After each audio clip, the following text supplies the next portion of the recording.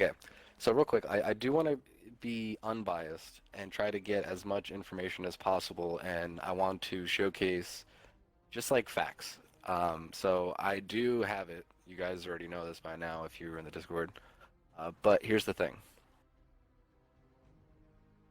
So there's certain points that I'm gonna compare it to, like spending atoms or like buying atoms or the bundles, and that'll be later on.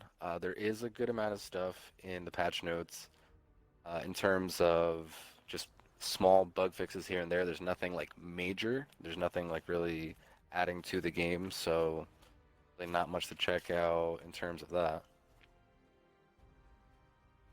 But I don't know what you think. Without further ado, should I get the show on the road so we can talk more about Fallout first?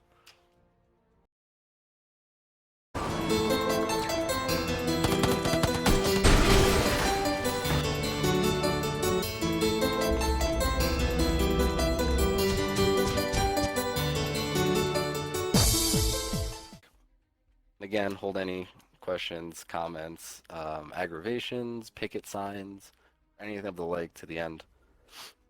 So today, October 23rd, we are looking at patch 14. And so not only with the introduction of Fallout first, there are a good amount of little quality of life things are throwing in, some bug fixes, nothing like crazy. We're also getting towards the Mischief Night seasonal event. Looking at the highlights. First off, so I'll break these down a little later. I'm just going to name them off as Fallout first, the Mischief Night seasonal event, new limited time rewards in Nuclear Winter, color-coded item rarities in Nuclear Winter, legendary Scorchbeast, and more frequent public events. So this was not what we thought. They start talking about become a Fallout First member today. And they say, you know, it's a premium membership and it's aimed at enhancing the Fallout 76 experience and starts to break down what the different things you can get. So yeah, private worlds are out, but again, it's not what we expected.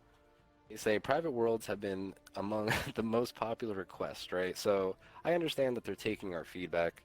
I understand that they're listening to our request and trying to like put their own spin on things, or again the feasibility of like I guess long-term like money making for every project that they do. This was not what we said. So on one hand, you had people that said we want single player, please, so we can go do our own thing, and on another hand, people were like we want private servers. So we compare private servers and what we were thinking this was going to be to kind of like Ark or other games that have servers, like private servers that you can, rent out. And we were thinking, okay, we're going to go into a different server, boost our rates, whether it's legendary drops or whatever. If it's super customizable, then great. Then we can do anything from like change your health, how your health scales, how your damage scales. That was us being optimistic. Well, they somehow combined, people wanting to play the game by themselves with nobody bugging them, and then what it means to be a private 24-person server into the same thing. Didn't even cut that number in half by combining them. They're like 8 people. But I'll get into that a little more again further down. And they say that when you are in these private worlds, only the person that owns um, Fallout First needs to be the host. So it would be one person purchasing it, and then 7 others jumping in.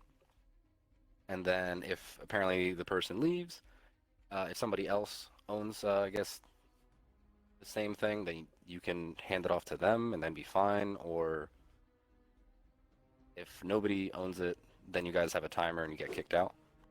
It does, so it's good that it doesn't auto kick you out of the server as soon as somebody leaves or gets DC'd. You would have like a timer similar to, I guess, patch maintenance. Then they also mention that private worlds do not currently support mods, but they mentioned in one of their other posts that, they want to bring mods to this down the road. So they're saying currently they're also playing it safe by, not really giving another deadline. So after looking at that portion of what you're getting from this membership, you're also getting a Scrapbox that is exclusive to this membership.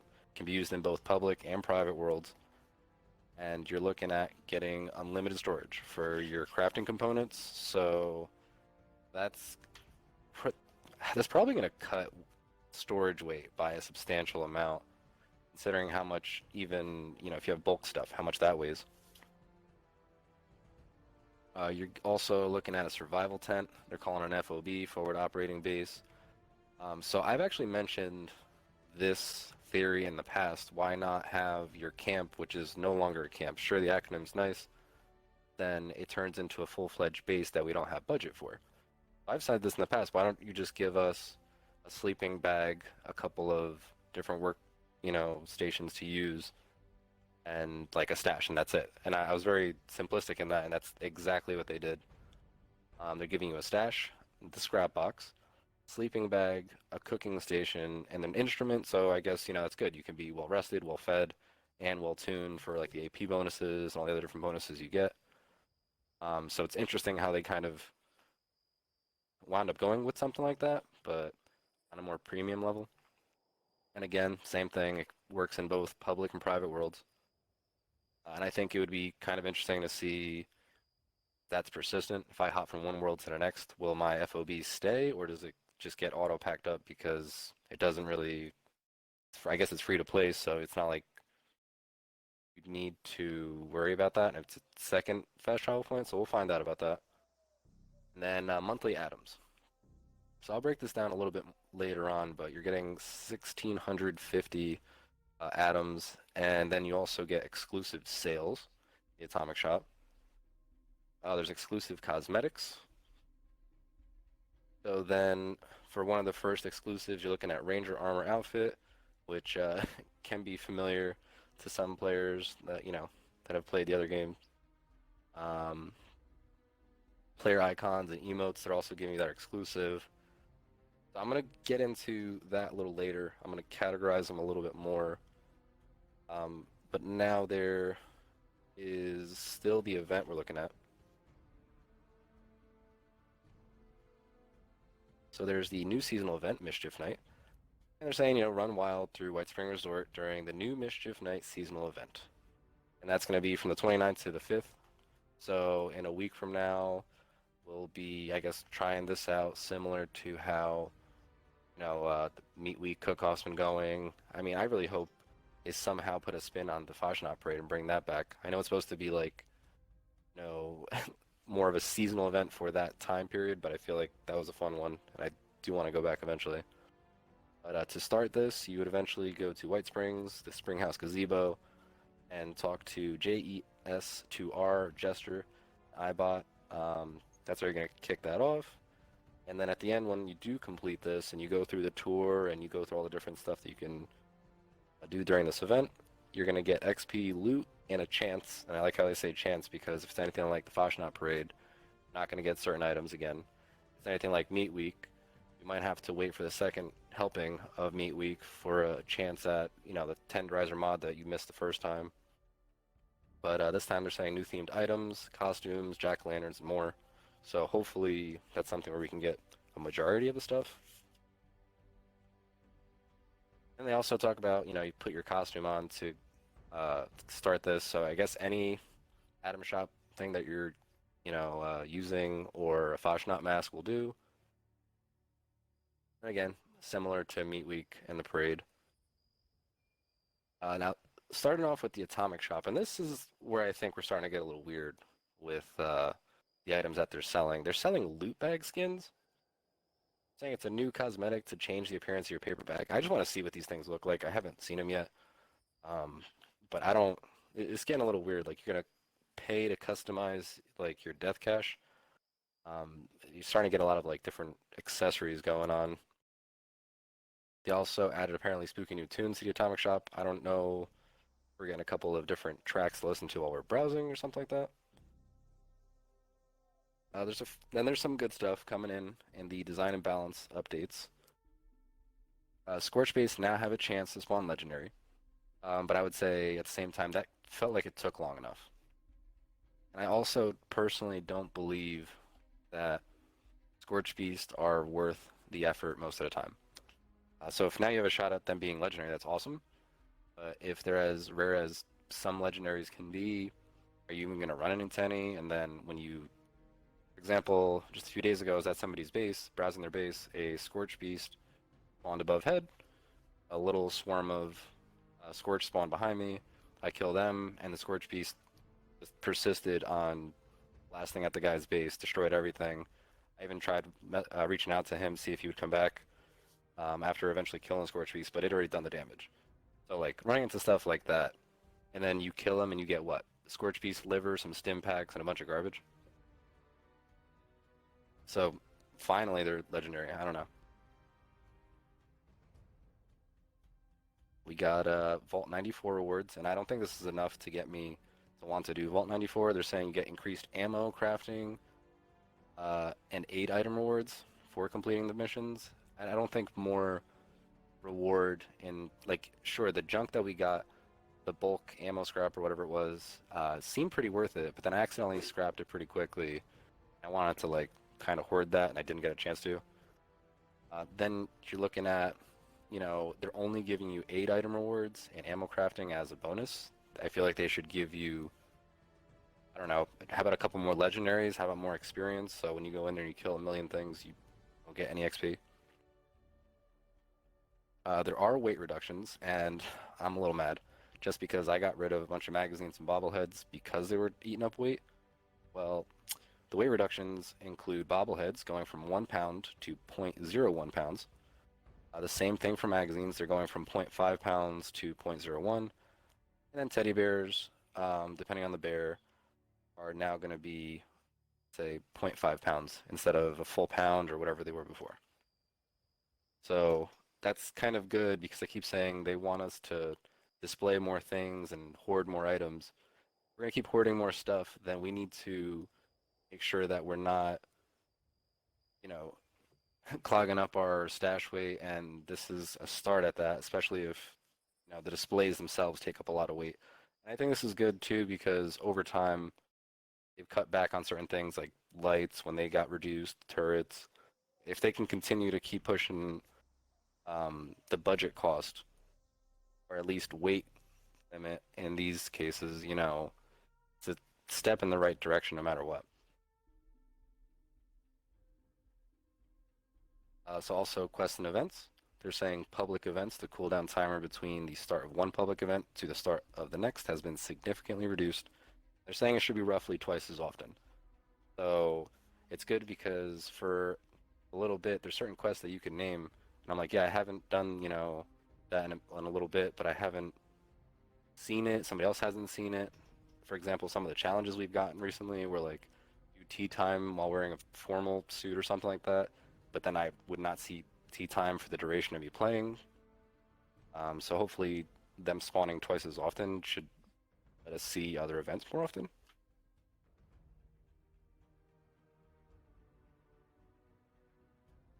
All right, so there are a few UI updates, but one that I'm excited is, and I've already gone through this first, adjustable main menu music. So I'll have to jump to this real quick. This I need to showcase. Please get out there, go to your audio, and either put it to nothing or put it to a bearable position.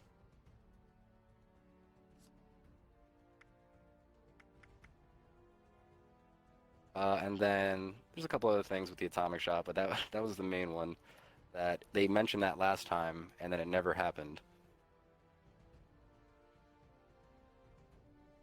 Nuclear Winter got some updates. Now they're saying Happy Halloween candidates. There's new seasonal rewards, just like there was recently, like for the tracksuit that we got as reward, the diploma, and all those other things that are coming out. Now we're getting rewards that include jack-o'-lantern, a bat-themed weapon, armor paints, um, glowing skeleton outfit. So that'll be, I guess, kicking off the same time, 29th through the 12th. So we still got a week, let's say, till we jump into that. They're also saying that there's just decorated Vault 51. But for in-game Nuclear Winter, the menus and are getting a little bit of facelift in terms of color-coded item rarities. So now we'll be able to look at different items. They're going to be white, green, blue, purple, orange. That's supposed to be an indicator of, the rarity. I guess going orange being epic, working your way down to a common item. So that's going to be interesting to see how they also categorize stuff. Now they have to commit a little bit too, but it's weird because there's items we find in the yellow crates and we don't think they should be there, but I guess over time they might make those weapons more feasible.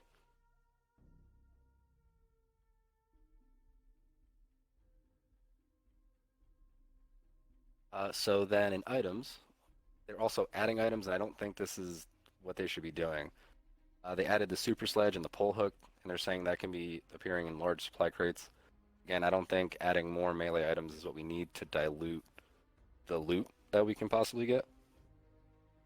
And then Stealth Boy, this one got a nerf. The stealth effects provided by a Stealth Boy in Nuclear Winter now last for a maximum of 20 seconds, and it is removed if the player chooses to attack while in stealth. So guess what? Any of that sneaking up you do while you're invisible? Not anymore. There's a person's gonna see you right away, and they're gonna turn around and kill you. But now you gotta be more strategic on, when you're actually using that. Perks, Gunrunner got a little update. Now it applies its 20% movement speed to the player when they have a shotgun. That wasn't working for that before. And there's an update to UI for Nuclear Winter. The favorite menu got a little update. There's an effects list apparently and a quick inventory. And then challenges. And this first when I read this, I was a little worried because it says the challenge menu now only displays Nuclear Winter challenges when playing Nuclear Winter mode. And the first thing I thought of is, wait, what about the challenges that we track? And they just keep updating. So I'm pretty sure they fixed that in the later note that I'll get to. They have a few bug fixes, and one of them that I noticed, for example, the baseball bat with the wiffle ball bat skin no longer displays blood when you strike something that doesn't have blood. Yeah, I thought that was kind of weird when I had my bat out and I was hitting like a sign and it was bleeding. They fixed that. And I like how they word this. The graphics for the Vault Tech University diploma that we've placed on our walls and took a peek into, they say no longer appears to be a portal to another realm when placed on a wall. That got weird because if you place it on different walls, you would see into different rooms. It almost looked like the the first room you go into in Fallout 4. I don't know how else to explain it. When you first meet up with Preston, I can't remember what the place is called, but like it looked exactly like that. I think I saw a side-by-side comparison. So they're calling it different realm. Who knows? Maybe that's like part of the dev room. There are various camp crafting and workshop fixes, but nothing too crazy. Just a little bit of fixes and quality of life. Challenge fixes again, nothing too crazy. Combat got some good updates. Enemies with the goo pile that would happen. Apparently that prevented them from respawning. So now anything that turns into a goo pile will despawn properly, and then creatures can respawn. Um, just a couple other fixes. Nothing again too crazy. Items, again, some more fixes, but the one that really caught my eye was, and I'm a little confused on this, they say legendary melee weapons. 3-star legendary melee weapons dropped by enemies can now correctly spawn with the following tertiary legendary effects. +1 strength, +1 endurance, 15 less damage while blocking, or 40% less damage while power attacking. So are you telling me that for a minute, the reason we were only getting limb damage is because these were somehow rolled from the loot that we've been able to find? Because I thought I may have been picking up some of these items that maybe had strength or endurance, but maybe I haven't, and how long has this been a thing? I have no idea. Another one that's going to be a huge help for my main character, the Grafton's Mare will no longer greet me every time I log in. One thing that I thought was weird that they added this. They're saying Primal Cuts, if a Primal Cuts location has been nuked, Prime Beasts that spawn in the nuke zone now properly drop glowing loot. Why are they showing that to us now if that's a seasonal event or like it only pops up every so many months? Why would they show us promo cuts? I'm a little confused.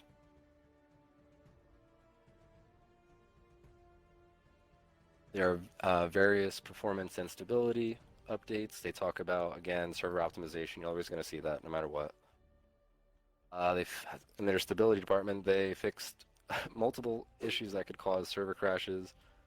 One thing that I thought interesting, let me see, is it here too? No.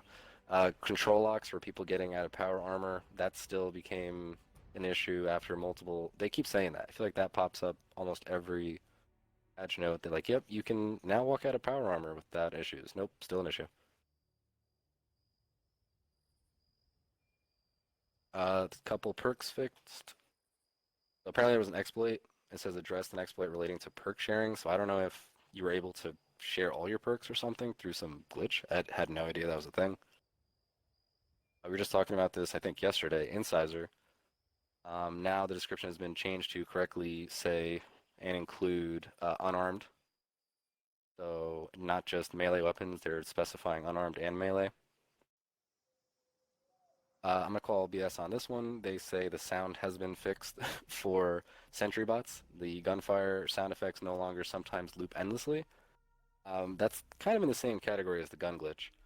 And me personally living across White Springs where there's the guards, one of them being a sentry bot, that thing has a pretty often like rate of being glitched out and looping, so I guess I'll find out soon enough. UI got some fixes, and I thought this one was interesting because I did this once and I think it caused my game to crash. It says remove the mute/unmute option from the social pop-up that appears when a player selects their own account from the social menu. But something like if you mute yourself, I think the game would crash. So they fixed that as well. There are various world bug fixes, but there's, so let's say, minor quality of life all around the map. One that's worth talking about is the Watoga Civic Center. Fixed apparently multiple locations that could allow players to leave the game's playable area. I guess that's how people are clipping out of the map, finding the dev room, or doing whatever. Um, and they just fixed stuff around Harper's Ferry, Charleston Capital, a place in the Blackwater Mine. That was kind of the big one for the world. As for Nuclear Winter, it got some bug fixes. Again, this seems pretty common after each patch. It's fixing a couple things in the camp. A couple of challenges are fixed, and they said players will no longer receive notifications about daily challenges they've already completed during subsequent Nuclear Winter matches, so you don't have to worry about that popping up every time you load into a match. Enemies now, the Grafton monster now consistently drops epic rarity loot on death. So every time we kill a Grafton monster, we've always been, getting unlucky in terms of what we get as a drop. And we've been complaining like, why are these like they're not worth killing because they drop like crap, and it takes you multiple shots to kill them, a bunch of clips. Apparently, whatever epic rarity is going to be, if that's the best stuff, hopefully it drops handmaids and other stuff. I don't know if it's going to dip into the terminal loot. Items got some fixes, perks. Well, the good thing about perks is, let's say for Pharma, and now this was an issue that we were dealing with for a little bit, but the search option now correctly appears when facing crates. For a while, there was no Y. You'd have to hit Y and just guess that you're searching. Kind of the visual of actually seeing it, and as soon as you press Y, the Y disappears because it's successfully searched it or not. You don't have to just, waste. I mean, a couple seconds, honestly, are a lot in a game like Nuclear Winter, especially if you're looting and somebody's sneaking up on you. One that'll also help me is address an issue that could incorrectly cause the player's Nuclear Winter perk card selections to be reset when entering adventure mode after leaving Nuclear Winter. That happened to me every single time on my main account. UI fixes. We're almost there. Yeah, there's a couple of UI fixes, nothing crazy. There's some fixes around the world for Grafton Steel, Morgantown Airport, and terrain. But this is the time to get back into this Fallout first. So for Fallout first, and I'm going to list these all out just as kind of points that they're offering you.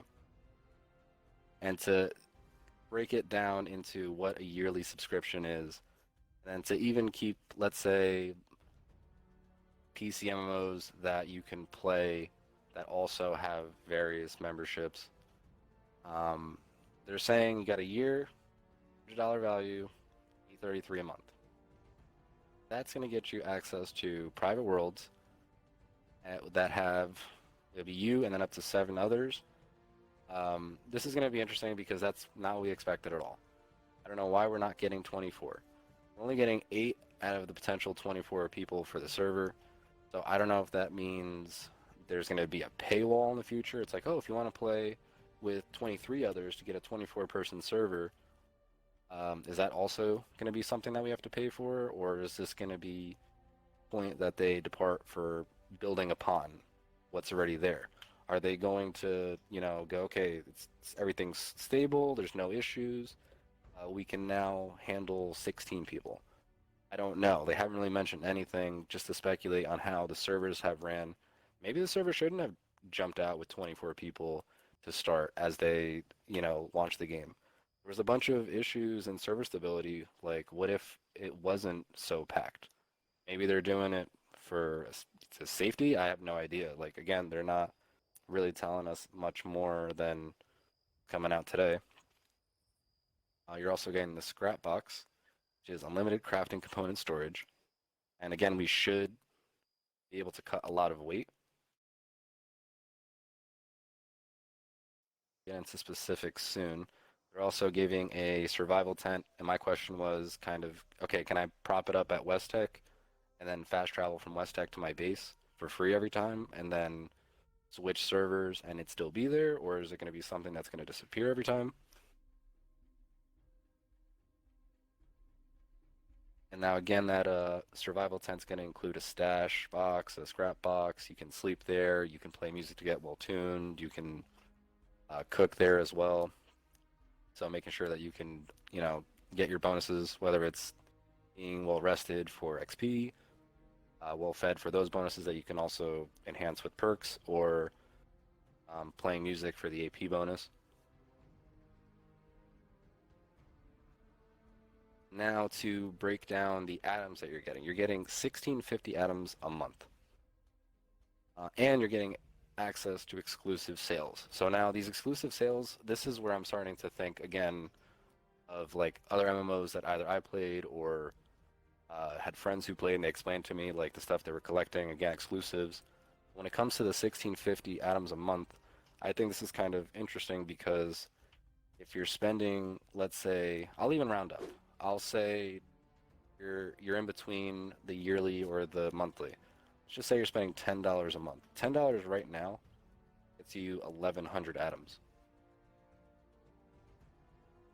And people that buy stuff on a monthly basis, I've been doing challenges basically every day that I can. I try not to skip out on too many. The only ones I skip out on all the time are the Vault 94 ones, which apparently is, I guess, every day.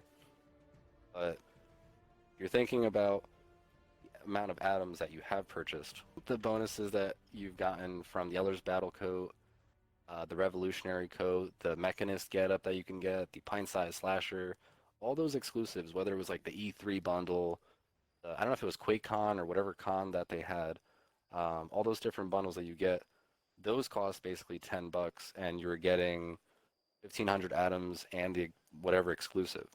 I've purchased all of those exclusives up till now, and those technically have cost me almost, let's say, more a month. So I think they've basically ran out of events that they're gonna be able to kind of showcase anything in terms of like big video game events. I don't think they're gonna make a new bundle for whatever anything more this year. So now this is their chance to sell more exclusive kind of things as well, because they're saying that there's exclusive sales. So maybe now this is going to be okay. Do you want? Let's just say the Elder's Battle Coat wasn't in the game. Is this when it would pop up? Is that where it's going to be, or is this exclusive like sales to additional items? They're saying that we're going to get icons, emotes, and the one outfit So now if you're trying to have the Ranger outfit and look like you're from Fallout New Vegas in a totally different game, it's not kind of of the same universe, but it is, at least in terms of game creators. I'm kind of intrigued that that's going to be in this game, especially that Outer Worlds is launching this Friday. So I'm thinking, was that almost like a stab at them? Like, all right, we're gonna sell your assets too because technically they belong to us. I don't know what the the motivation of that was, but going back to Atoms, again, if you're looking at 10 or even spending $20 on the Atoms, you're basically getting um, it's almost 1100 or 2400 atoms depending on which one you buy. So that sits right in between. So if you were to just spend a lot on atoms monthly, this alone would be worth it. Just because you're getting more and you're getting a bunch of additional things. Um, this starts to remind me of, again, like things like RuneScape or other MMOs around that time frame from, let's say, 15 years back to today. All the different MMOs that have come out have had various kind of premium memberships. I don't know what the long term of this is going to be. Uh, Bethesda seems like they're trying to be transparent in their long term goals. I think when this game has officially been out for a year and not just including the beta, I mean like launch day, I think that's going to be a big point because they've already had a 100 days roadmap. I think they should have a yearly roadmap.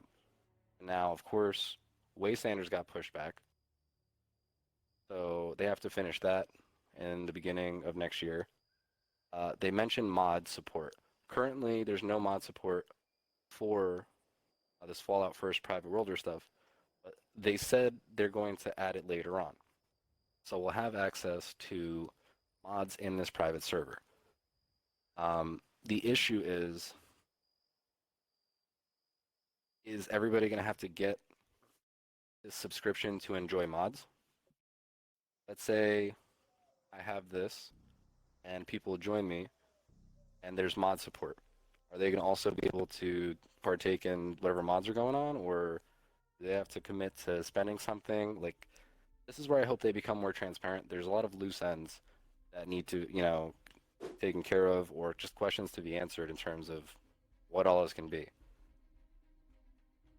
I have this. I have Fallout First, which to me is a very strange membership name to even call it. I'm gonna go through just about everything that you can get. Um, I'm still a little conflicted. Like I have it, but I'm not like proud that I have it. But I also know that I technically spend more monthly on Fallout's loot crate than on this. And I already, me, it's like in comparison, it's unfortunately, it's going to be another thing to pay a month. But think it can be like it's worth it when you look at it on paper, but it just feels like a stab like in the back in terms of people that have been playing for a long time. And we've mentioned this before. When the fridge came out, when the Scraptron came out, and people are still debating over that. They're saying like, oh, it's not pay to win. Oh, it is pay to win. The whole thing is when they started talking about the premium stuff that you can buy in this game, it was supposed to be cosmetics only. Sure, the fridge doesn't make you win the game, but it's like, okay, if you'd like this feature and take advantage of this feature, pay money and you can. Like, you can have food last longer. Again, me personally, I don't really need food until it's like the last second. I survive off of just whatever, and I've been fine for a while now. The Collectron, yes, it's not giving you a bunch of crazy stuff, but people are saying, okay, what, now you have to pay for more junk? The next step, we've mentioned this before, was like, oh, watch, you have to pay for more storage. This is kind of that. This is, you're not paying for more storage, you're paying for unlimited storage, so you can hoard all the different, junk, material that you need. Um, I don't know. I think, again, being conflicted, there's a lot on the table, and I'm going to be going through a lot of stuff.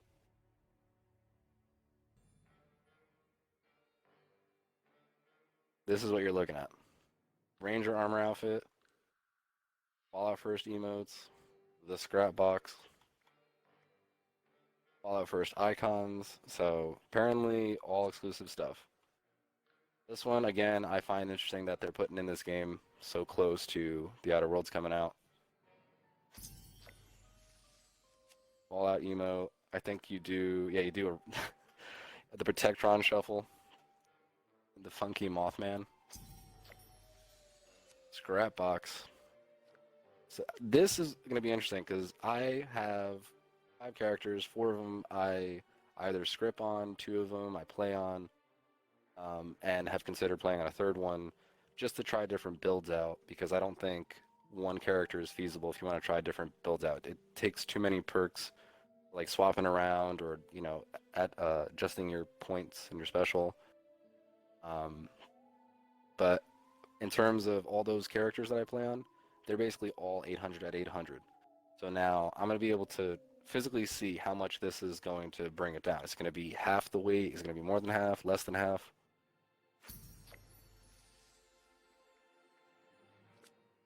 And then whatever, you get this icon. That's what you're looking at. That's patch 14 for today. I'm a little, again, on both sides of the fence. I have it. I'm not happy I have it. Part of me says it's worth it. Part of me says, like, this is them kind of taking advantage. I don't know.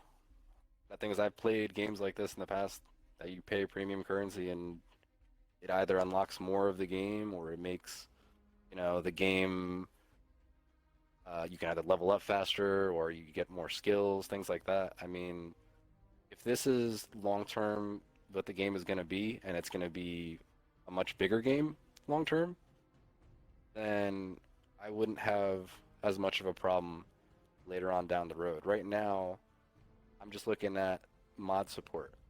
I think, again, the transparency needs to be there because if I don't know what's going on with mod support, it's going to be hard for me to be like, all right, guys, let's, look forward to mods. And then what if they have to pay and I can't just pay for like these private worlds?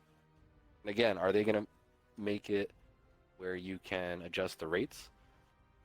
One of the things that I found interesting is if you go onto their website, there's like a kind of a frequently asked question section.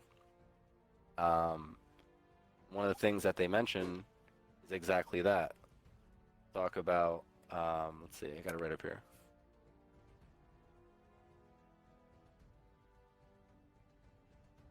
Okay, what is the default rule set for my private world? Can I change it? They says the rule set, including rewards and drop rates, is the same as adventure mode on a public world and is not possible to change currently. So again, currently helps me look towards the future of being able to, actually up those rates. Again, I hope it's not going to be an 8-person world forever. This is going to be ridiculous if that's the case. It has to eventually work its way to 24. If you can't do 24, do 20. I'll be fine with 20 if that's somehow feasible. I don't know. There's a couple other ones, but those are basically covered in the patch notes. But yeah, that's what we're looking forward towards. I know a lot of people are are angry, and people are confused. But let's see if it's worth it or not.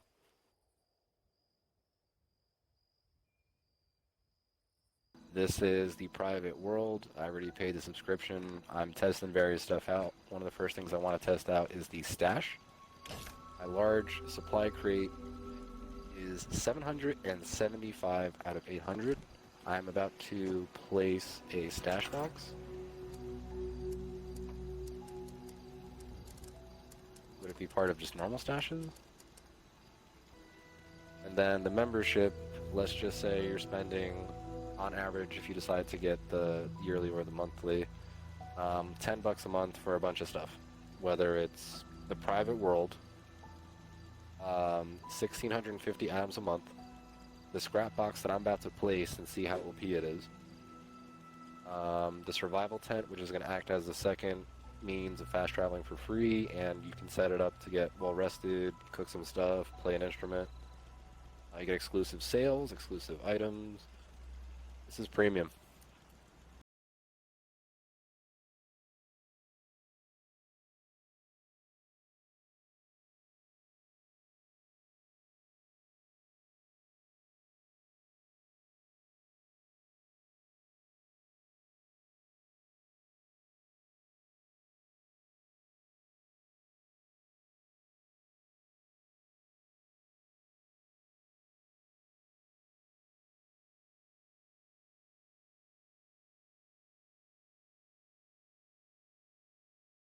So I went from 775 weight to 605. I just lost, what, 170 pounds?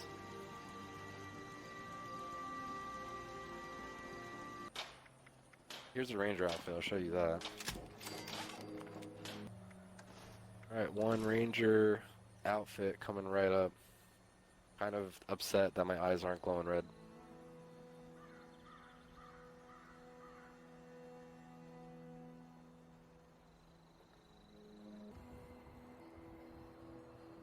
How does one place a camp? They said it was gonna be on the favorites wheel. I don't see any of that. Survival tent, it's right here. Oh man.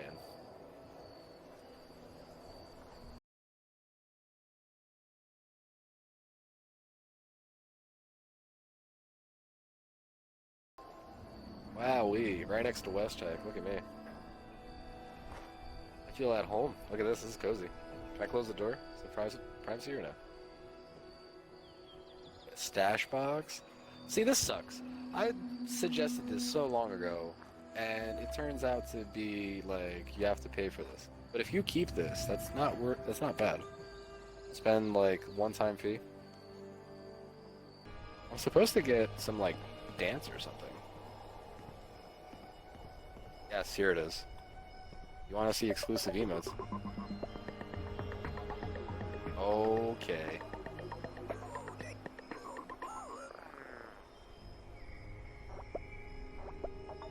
Oh my god. Alright, that's a nice little perk. Alright, so that's the one dance that you can do. The other dance is... It doesn't have a name, but it's like Mothman...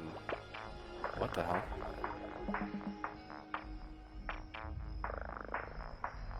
What is this?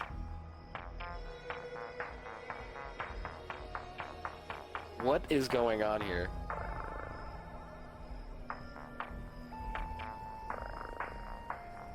Wait until I start doing this in Nuclear Winter.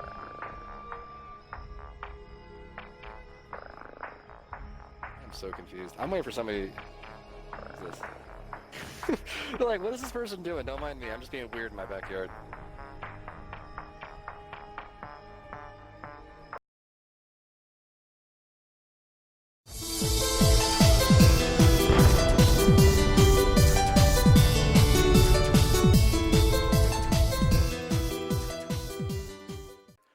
Pay to play is what keeps the game around.